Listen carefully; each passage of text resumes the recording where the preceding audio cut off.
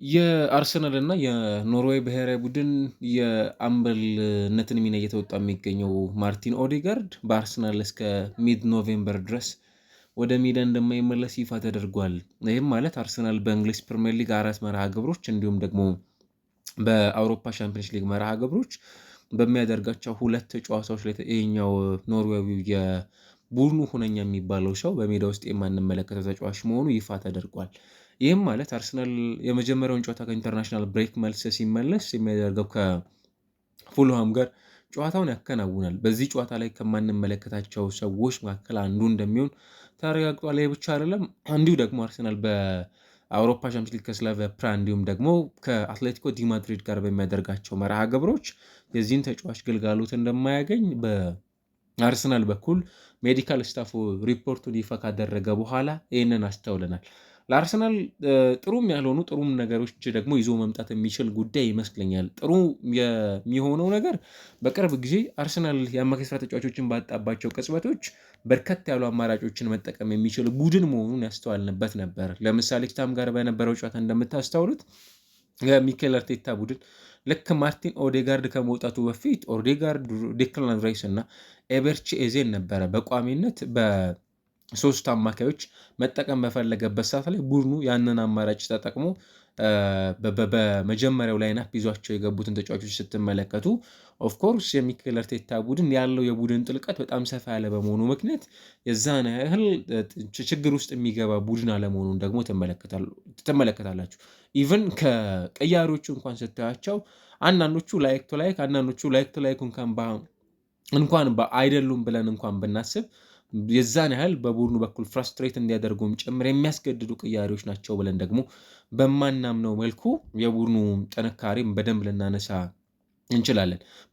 ማርቲን ኦዴጋርድ ተቀይሮ ሲወጣ 30ኛው ደቂቃ ላይ ማርቲን ዙቤሜንዲ ነበር ወደ ሜዳ የገባው አስተውላችሁት ከነበረ።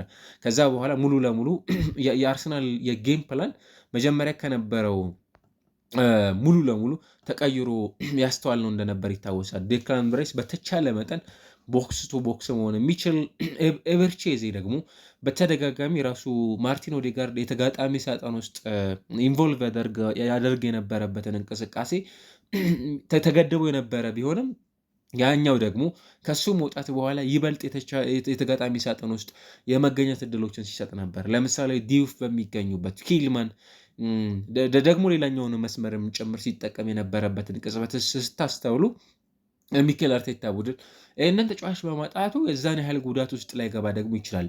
አንድ ደግሞ መዘንጋት የሌለብን በቅርብ ጨዋታዎች ማርቲን ኦዴጋርድን በተመለከተ የተሻሉ ጊዜያቶችን ደግሞ ማሳለፍ በጀመረባቸው ወቅቶች ነው ይህንን ጉዳት ማስተናገድ የቻለው። ኦፍኮርስ አሁንም ቢሆን የ26 ዓመቱ ተጫዋች ከኦሎምፒያኮስ ጋር ከኒውካስል ጋር በነበሩት የእንግሊዝ ፕሪሚየር ሊግ እና የአውሮፓ ቻምፒዮንስ ሊግ መርሃ ግብሮች ላይ በጣም ፐርፌክት ነበር ማለት እንችላለን። እንዲሁም በዓለም ዋንጫ ማጣሪያ መርሃ ግብር በተለይ ሀገሩ ከሞልዶቫ ጋር በነበረ ጨዋታ ላይ 2 አሲስት አድርጎ 1 ጎል አስቆጥሮ እንደነበረም ጭምር ታስታውሳላችሁ።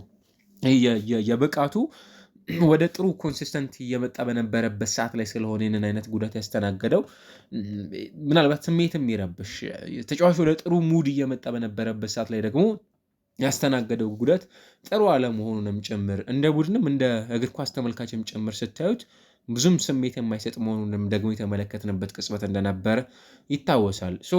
አርሰናል ወደ እንግሊዝ ፕሪሚየር ሊግ መርሃ ግብር ሲመለስ አብዛኞቹ የለንደን ደርቢ መርሃ ግብሮችን ያከናውናል። ፉልሃም፣ ክሪስታል ፓላስ፣ በርንሌ፣ ሰንደርላንድን በእንግሊዝ ፕሪሚየር ሊግ መርሃ ግብሮች ላይ ያከናውናል። 4 የእንግሊዝ ፕሪሚየር ሊግ መርሃ ግብሮች ምናልባት ካለፉት 7 ሳምንታት በጣም ጥሩ ጊዜን ካሳለፈ የፕሪሚየር ሊግ ቡድኖች ውስጥ አንዱ ነው ማለት እንችላለን። ምክንያቱም ቶፕ ኦፍ ዘ ሊግ ነው አርሰናል በዚህ ሰዓት ላይ መቀመጥ የቻለው። በአንጻራዊነት ደግሞ እነዚህ በመጠን ከነዛ ካለፉት መርሃ ግብሮች ቀነስ ያሉ ጨዋታዎች እንደመሆናቸው መጠን ከዚህ ቀደም ከሰበሰባቸው ነጥቦችን በላይ እንዲሰበስብ ከየትኛውም የአርሰናል ደጋፊ ኤክስፔክቴሽኖቻቸው በጣም ከፍ ያሉ መሆናቸውን ስትረዱ ምናልባት ቀሪዎቹ መርሃ ግብሮች ለቡድኑ በጣም ወሳኝና አስፈላጊ መሆናቸውን ትረዳላችሁ። በዚህ ውስጥ እንዲህ አይነት የቡድኑ መነሳሻ መሆን የሚችል ቡድኑን በተቻለ መጠን ማገዝ የሚችል የቡድኑ ደግሞ ሁነኛ የሚባል አንዳንዶች በዝምታ ውስጥ በጣም መናገር የሚችሉ አይነት ተጫዋቾች መሆናቸውንም ጭምር የሚያምኑለት እንደሆነ ይታወቃል እና የማርቲን ኦዴጋርድ ጉዳት ሚድ ኖቬምበር ወደ ሜዳ እንደሚመለስም ጭምር ነው ይፋ የተደረገውና ለሚካኤል አርቴታ የሆኑ ስጋቶች አሉት። በዛው ልክ ደግሞ ካላቸው የቡድን ጥልቀትና ስፋት አንጻር የተጫዋቹ ጉዳት ብቻውን አርሰናል ላይ ጎዳ የሚችልባቸው አማራጮች እንዳሉ በደንብ ማንሳት የምንችለው መሆኑን ደግሞ እንረዳለን ማለት ነው። ይሄ ቡድን አሁን ላይ በጣም በርካታ የምንላቸው ውጤት ቀያሪ ተጫዋቾች አሉት። በዛም ጨዋታ ላይ እንደተመለከት ነው ኋላ ላይ የተመለከትናቸውም ቀያሪዎች ለምሳሌ በጨዋታው ላይ በርከት ያሉ ተጫዋቾችን ቀይረው ሲያስገቡ ተመልክተናል። ሚኬል ሜሪኖ፣ ማርቲኔሊ፣ ኢታን ንዋኔሪ፣ ሌዊስ ስኬሊ፣ ዙቤሜንዲንም ጭምር ቀደም ሲል እንደጠቀስ ናቸው ተቀይረው ወደዚህ ቡድን የገቡ ተጫዋቾች ናቸው። በጣም ትላልቅ ፕሮፋይል ያላቸው ተጫዋቾች በጉዳት ስቶሪ ሊስቶቻቸው ውስጥ ይገኛሉ።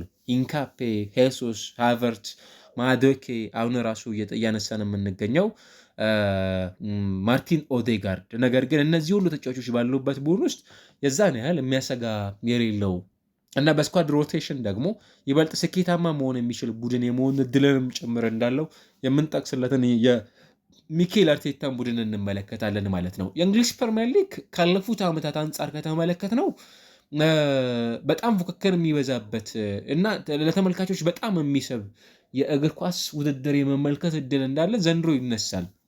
ስለዚህ አንድ የፕሪሚየር ሊግ ዌብሳይት ላይ የተመለከትኩት ለምሳሌ አርሰናል፣ ማንቸስተር ሲቲ እና ሊቨርፑል በዚህ ውድድር ዓመት እስከ መጨረሻው ሳምንት ድረስ በደንብ መፎካከር የሚያስችል ኳሊቲ ያላቸው ቡድኖች መሆናቸውን ያነሳሉ። በእርግጥ ሊቨርፑል ጋር ያለፉት ሁለት ጨዋታዎች በጋላታሳራይ እና በእንግሊዝ ፕሪሚየር ሊግ በቼልሲ ያስተናገዳቸው ሽንፈቶች የሆኑ ትምህርት ጥቅስ ውስጥ ቡድኑ እንዲገባ ያስቻለ ነበር። ባክ ቱ ባክ አሰልጣኝ አርኔ ስሎት ለመጀመሪያ በሊቨርፑል ታሪክ ለሁለተኛ ጊዜ ያጋጠማቸው ሽንፈት ነው። እንዲህ አይነት አጋጣሚዎች አልነበሯቸውም ከዛ በፊት በተደጋጋሚ የሚያጋጠማቸው ነገር አይደለም። ነገር ግን ማንቸስተር ሲቲም ደግሞ አሁን ያሉት የተጫዋቾች ስብስብ በጣም በጥልቀት ደረጃ ካነሳ ነው በተለይ ጂያንሉጂ ዶናሩማ መምጣት በኋላ ቡድኑ እንደ ቡድን በጣም የተሻሻለ ቡድን መሆኑንም ጭምር ደግሞ እንመለከታለን። እንዲሁም ዘአትሌቲክ አንድ ጽሁፍ ይዞ ወጥቶ እየተመለከትኩኝ ነበር። በዚህ ውድድር ዓመት ከፈረሙ ምርጥ ፈራሚዎች መካከልም ጭምር አንዱ በማለት ከገለጻቸው ውስጥ ይሄ ተጫዋች ይነሳል። የእንግሊዝ ፕሪሚየር ሊግ የፉክክሩ መጠኑ በጣም ከፍ እንዲል በዚያ ውስጥ ደግሞ በቀዳሚነት ከምንጠብቃቸው ቡድኖች ውስጥ የሚኬል አርቴታው አርሰናል በቀዳሚነት ልናነሰው የምንችለው ቡድን መሆኑን እዚህ ጋር በደንብ ሊሰመርበት የሚገባ ጉዳይ እንደሆነ ማንሳት እንችላለን። በዚህ ውስጥ እንዲህ አይነት የቡድን ሁነኛ የሚባሉ ተጫዋቾችን ማጣት የምር ምንም ጥያቄ የለውም። የሆኑ የሚያጎሉት ነገር በቡድን ውስጥ አለ። ኢቨን የነሱ በሜዳ ውስጥ እንኳን አገልግሎት ባይሰጡ፣ ሜዳ ውስጥ ገብተው ጨዋታ እንኳን ባያከናውኑ የነሱ በተቀያሪ ወንበር ላይ ብቻቸውን መኖር በራሱ ብዙ ጥቅም እንደሚሰጥ ለቡድኖች ምንም በማያሻማ መልኩ የምንመለከተው ጉዳይ መሆኑን ደግሞ እንረዳለን ማለት ነው እና ያንን የምናይበት ዛሬ በወጣው የሜዲካል ስታፍ ሪፖርት በአርሰናል በኩል የነ ተጫዋች ለነዚህ ያህል ጨዋታዎች በቡድኑ በኩል ሚስ ያደርገዋል ማለት ነው። የሚኬል አርቴታ ቡድን እንግዲህ በደንብ እየተፈተነ ነው ማለት እንችላለን። እሱም ምንድነው ገና በመጀመሪያዎቹ ሳምንታት ቡድናቸው በጣም ወሳኝ የሚባሉ ተጫዋቾችን በጉዳት ምክንያት በጣም ሎስ እያደረጉ ከሚገኙ የፕሪሚየር ሊግ ክለቦች መካከል አንዱ መሆኑን ደግሞ እያስተዋለን የሚገኛል። ቁልፍ የሚባሉ ተጫዋቾችን በመጀመሪያዎቹ ሳምንታት ውስጥ የሚያጣ ቡድን 2025/26 ለአርሰናል ሁነኛ የሚባል የውድድር ዓመት ነው። ምንም ጥያቄ በሌለው መልኩ ቡድኑ አሁንም ቢሆን ምናልባት ፊት መስመሩን በተመለከተ በጣም ጠንካራ ከሚባሉ የፕሪሚየር ሊግ ቡድኖች ውስጥ አንዱ ነው። ለምሳሌ በ2025/26 የውድድር ዓመት የአርሰናል ተጫዋቾች በጎልና አሲስት ተሳትፎ እስኪንመዝናቸው ሊያንድሮ ትሮሳርድ አርሰናል ቤት ውስጥ ካሉ ተጫዋቾች 4 በጎልና አሲስቶችን በማድረግ በቁጥር ከፍ ያለ ስታቲስቲክስ ያለው ተጫዋች ነው። ጋብሪኤል ማርቲኔሊም በተመሳሳይ ቁጥር ላይ ከዚህ ተጫዋች ጋር ይገኛል። ቪክተር ዮከሬሽ 3፣ ሪካርዶ ካላፊዮሪ 3፣ ቡካዮ ሳካ 3፣ ኤበርቺ ኤዜ 3፣ ጁሪየን ቲምበር 3፣ ዲክላን ራይስ 3 በግብና አሲስት በማድረግ ተሳትፎ ያላቸው ቁጥራዊ መረጃዎች ይህንን ያሳያሉ። እንዲሁ ደግሞ የአርሰናል የሚጠበቁ ተጫዋቾች ለምሳሌ ሙከራዎችን በማከናወን ቪክተር ዮኬሬሽ 23 ሙከራዎችን አከናውኗል። ከነዚያው 7ቱ ኢላማቸውን የጠበቁ ናቸው። በተለይ ኢላማቸውን የጠበቁ ሙከራዎችን በማከናወን በአርሰናል ቤት ውስጥ ኤበርቺ ኤዜ 6 ኳሶችን አድርጓል። ጁሪየን ቲምበር 5፣ ቡካዮ ሳካ 4፣ ኖኒ ማዱዌኬ 4፣ ጋብሪኤል ማርቲኔሊ 4፣ ሊያንድሮ ትሮሳርድ እና ሚኬል ሜሪኖ ደግሞ በዚህ ቁጥር ከምናነሳቸው ቡድኖች መካከል የሚነሳ ነው። ቡድኑ ይሄ ማጥቃቱን ብቻ በምናነሳው ልክ ደግሞ አይደለም። የኤሪያል ዱዋሎች አሸናፊ ነው፣ ታክሎችን አሸናፊ ነው፣ ብሎክ አድራጊ የሚባል ቡድን ነው። ጁሪየን ቲምበር በእንግሊዝ ፕሪሚየር ሊግ የአንድ ለአንድ ግንኙነቶችን በማሸነፍ 51 ከየትኛውም ተጫዋች በላይ ያለው ቁጥር ነው እና ቀዳሚ ተጫዋች ነው።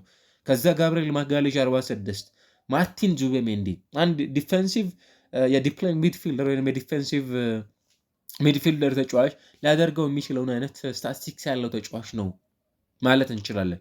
እና ኢቨን በዚህ ቁጥር ላይ በጣም የሚያስገርመው ቡካዮ ሳካ 35 ኳሶች ላይ ኤሪያል ዱዋሎችን በማሸነፍ ተሳትፎ ማድረግ የቻለ ተጫዋች ነው። እኔ ምን ያህል ቡድኑ እያንዳንዱ ዲፓርትመንት ላይ ደግሞ የተዋቀረ ሁሉም የቡድን ስራ ላይ ሁሉም ተጫዋቾች እንዴት ተሳትፎ እያደረጉ እንደሆነ ስትመለከቱ ያስደንቃል። ታክሎች ላይ ጁሪየን ቲምበር፣ ዙቤሜንዲ፣ ሪካርዶ ካላፊዮሪ፣ ማጋሌዥ፣ ሳሊባ፣ ክሪስቲያን ሞስኬራ ያላቸው ቁጥር የምርም በአርሰናል በኩል ዘንድሮ የሆነ ነገር የሚፈልግ ቡድን መሆኑን ደግሞ ተረዳላችሁ። በዚህ ውስጥ የአርሰናል ቁልፍ የሚባሉ ተጫዋቾች በደንብ እየተመለከትን እንገኛለን ማለት ነው። ምናልባት ከእስካሁኑ ቆይታ አንጻር በቡድኑ በኩል የተመለከትናቸው ከሚገኙት ማርቲን ዙቤሜንዲ ብዙሃኑ ደቂቃዎችን ቆይታ ማድረግ የቻለው ተጫዋች ነው። ዴክላን ራይስ፣ ጁሪየን ቲምበር፣ ዳቪድ ራያ፣ ጋብሪኤል ማጋሌዥ፣ ዊሊያም ሳሊባ፣ ማርቲን ኦዴጋርድ የቡድኑ በበርካታ ጨዋታዎች ላይ የመሳተፍን እድል እያስመዘገቡ ከሚገኙ ተጫዋቾች መካከል አንዱ ነው። ዘንድሮም የእስካሁኑ የጨዋታ ቆይታቸውን በተመለከተ ዳቪድ ራያ 83.3 በመቶ ኳሶችን ሴቭ በማድረግ የሊጉ ቁጥር አንዱ ግብ ጠባቂ ነው። ይሄ ከጉጌልሞ ቪካሪዮ፣ ሮቢን ሮፍስ፣ ኒክ ሆፕ እንዲሁም ደግሞ ሻም ጆንስቶንም ጭምር የተሻለ ቁጥር ስታቲስቲክስ ያለው ግብ ጠባቂ ነው ማለት ነው እና ኦቨሩል ቡድኑን ስትመለከቱ የሆኑ ዲፓርትመንቶች ላይ ብቻ የተሻለ ስታቲስቲክስ ያለው ቡድን አለመሆኑን ትረዳላችሁ። እንደ ቡድን እየተገነባበት የሚገኘው አካሄድ በጣም በተሻለ ጥራትና የሆነን ተጫዋች ሚስ ሲያደርጉ የዛን ተጫዋች ክፍተት ለመድፈን ያላቸው የቡድን ስፋት በተሻለ መልኩ ጊዜያቸውን የውድድር ዓመታቸውን ማጠናቀቅ በሚያስችል ልክ ልናነሰው የምንችለው የቡድን ጥራትና ጥልቀት ያለው ቡድን መሆኑን ደግሞ መረዳት እንችላለን። ስለዚህ በሚኬል አርቴታ ቡድን በኩል እስከ ሚድ ኖቬምበር ድረስ በሚመጣው የማርቲን ኦዴጋርድ አለመኖር የዛን ያህል በጣም በብዙ ርቀት ሊጎዳ የሚችልበት ጉዳይ አለ ብለን ደግሞ መዘንጋት የለብንም። አንዱ ጥሩ ነገር ግን ማነው አንዱ ልናነሳው ወይንም መደበቅ የማንችለው ጉዳይ ምንድን ነው የሚሆነው? በዚህ ውድድር ዓመት የአርሰናል ቡድን አምበል ምርጫን ባከናወነበት ሰዓት ላይ በብዙ ርቀት ለዛ ቦታ ዲዘርቭ ያደርጋል ብለው ምርጫ ያቀረቡት የአርሰናል ተጫዋቾች ከየትኛውም ተጫዋቾች በላይ ማርቲን ኦዴጋርድ ነበር እና ይሄ ማለት ተጫዋቹ ምን ያህል በአርሰናል ተጫዋቾች እምነት እየተጣለበት እንደሆነ የቡድናቸው ቁልፍ ሰው መሆኑንም ጭምር ደግሞ መረዳት በምንችለው ልክ ተጫዋቹን ማጣታቸው የሆነ ሎስ እንደሚኖረው ነገር ግን ደግሞ የዛን ያህል ባይፋር ውጤቶችን ላያጣቸው የሚያስችል እሱን ሚስ አድርገነዋል በሚሉት ልክ ላይሆን እንደሚችልም ጭምር ደግሞ እንረዳለን። ግን ጉዳት ደግሞ በጣም እያጠቃው የሚገኝ ቡድን መሆኑን ትረዳላችሁ። አትሊስት ሁለት በጣም በቋሚነት ቢኖሩ ስታርቲንግ ላይናፕ ላይ መጀመር የሚችሉ ተጫዋቾቹን በአንዴ በጉዳት ምክንያት እያጣ የሚገኝ ቡድን መሆኑን ደግሞ መካድ ያለብን አይመስለኝም። ማዱዌኬ ቅድም ባነሳነው ቁጥር ውስጥ በጣም ድንቅ ጊዜን እያሳለፈ የሚገኝ ተጫዋች ነው። እንደዚህ አይነት ሎሶችን እያሳለፉ ነው የሚገኙት። ነገር ግን ማርቲን ኦዴጋርድ እኔ በግሌ በጣም ከማደንቃቸው አማካይ ተጫዋቾች መካከል አንዱ ነው። በቶሎ እንዲመለስ እንግዲህ እንጠብቃለን ማለት ነው።